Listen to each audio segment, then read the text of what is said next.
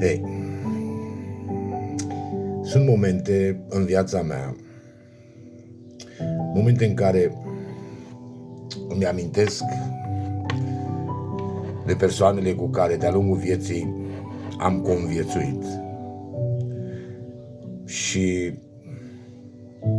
sunt câteva dintre ele cărora nu știu dacă voi găsi vreodată cuvinte să le mulțumesc pentru tot ce au făcut pentru mine.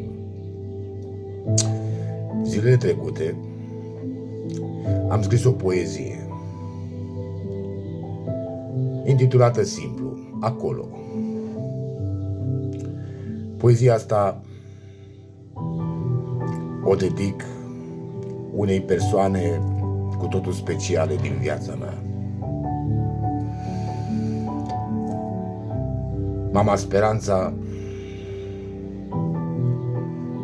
știți bine că pentru dumneavoastră este asta. Așadar, acolo. Acolo unde-i gard înalt, vopsit în gri din ăla mat, acolo unde orice salt părea a fi contramandat, acolo unde nicio muscă nu își ia zborul fără voie, acolo unde timpul mușcă din sufletul bătut de ploaie,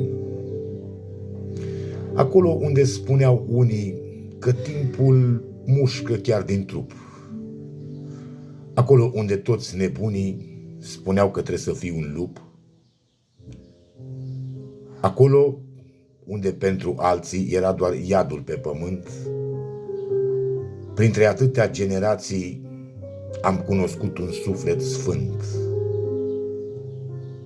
Acolo unde toți și toate credeau că nu e loc de vis, eu, puștiul plin doar de păcate, simțeam că sunt în paradis.